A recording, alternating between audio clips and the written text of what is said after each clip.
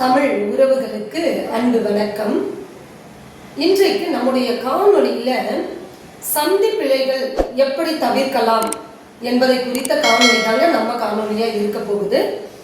அதாவது மாணவர்கள் முதல் ஆசிரியர்கள் வரை பெரும்பான்மையானவர்களுக்கு இந்த ஐயப்பாடு இருக்கின்றது. எந்த இடங்களில் ஒற்று மிகும், எந்த இடங்களில் ஒற்று மிகாது என்பதில் நமக்கெல்லாம் சிறிது ஐயப்பாடு இருந்து கொண்டேதான் இருக்கின்றது.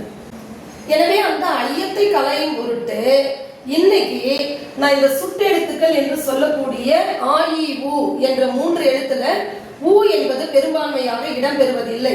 அது சங்க இலக்கிய பாடல்களில் எங்கேயாவது உதுக்கான் தோழி அந்த மாதிரி ரொம்ப ரேரா தான் அந்த வார்த்தை வரும். அதிகமாக ஆ இ அப்படிங்கிற எழுத்துக்களை நம்ம பயன்படுத்துறோம். அந்த சுட்டு எழுத்துக்கள்ல 2 எழுத்து எடுத்திருக்கேன். அதே போல வினா எழுத்துக்கள்ல ஏ என்ற எழுத்து எழுதியிருக்கேன்.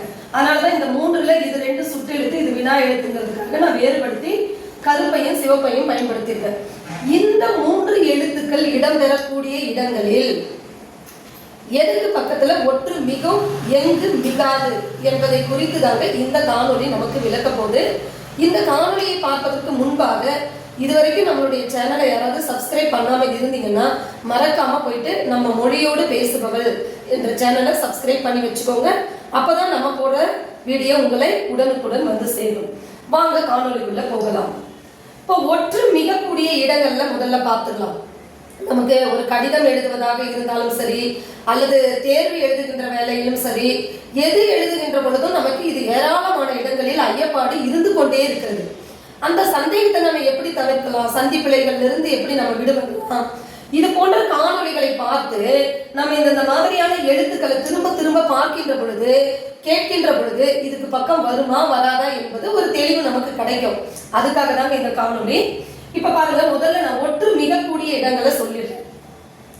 எங்கெங்கு வல்லின எழுத்து மிகுமா, ஒற்று மிகுமா?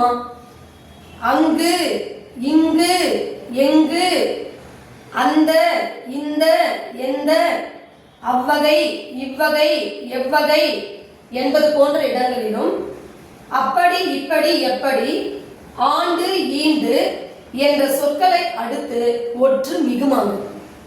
நல்ல நினைவில் வச்சுக்கோங்க. அங்கு, இங்கு, எங்கு, அந்த, இந்த, எந்த, அவ்வகை, இவ்வகை, எவ்வகை, அப்படி, இப்படி, எப்படி, அதே போல ஆண்டு, ஈண்டு இது போன்ற சொற்கள்லாம் வரும்போது கட்டாயம் வல்லினம் ஒற்றெழுத்து மிக்கு தான் வருவாங்க.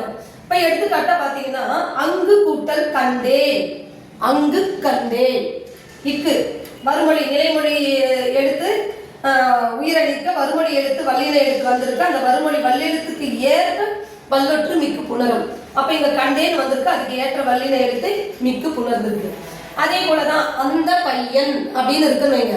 இப்ப நமக்கு அந்த பையன் எழுதும் போது இப்பு போடணுமா போடக்கூடாதுன்னு சந்தேகம் வரும். அப்ப கட்டாயம் அந்த பக்கத்துல இப்பு வரும். அந்த பையன் தான் எழுதணுமே தவிர அந்த பையன் எழுதக்கூடாது. அதே போல அப்படி சென்றான், அப்படி சென்றான்னு சொல்லிட்டு இச்சு வருமா வராதான் நமக்கு சந்தேகம் இருக்கும். அப்ப இங்க பாருங்க, இந்த சொற்களை நம்ம அடையாளம் கண்டுகிட்டோம்னா கட்டாயம் இதுக்கு பக்கத்துல வல்லின எழுத்து மிகும் என்பது நாம் நினைவில் நிறுத்தி கொள்ள வேண்டும்.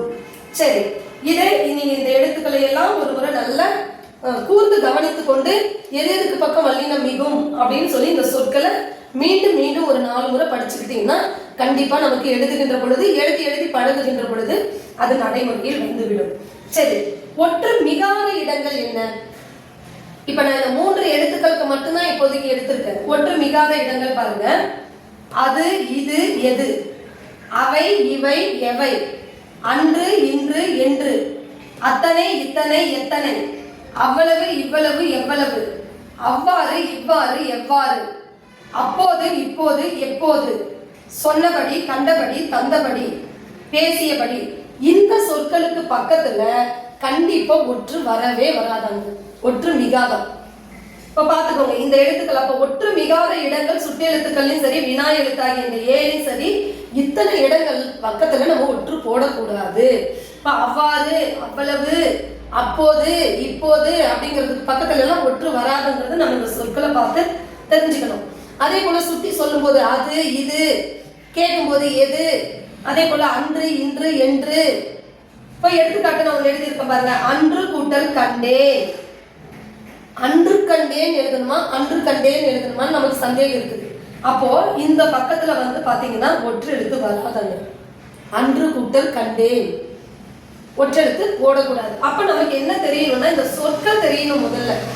அது இது எது, அவை இவை எவை, அன்று இன்று என்று, அவ்வாறு இவ்வாறு எவ்வாறு, அவ்வளவு இவ்வளவு எவ்வளவு, சொன்னபடி கண்டபடி தந்தபடி, அப்போது இப்போது எப்போது, இப்படியான சொற்களுக்கு பக்கத்துல கண்டிப்பா ஒற்றெழுத்து வராது என்பதை நாம் நினைவில் நிறுத்தி கொள்ள வேண்டும்.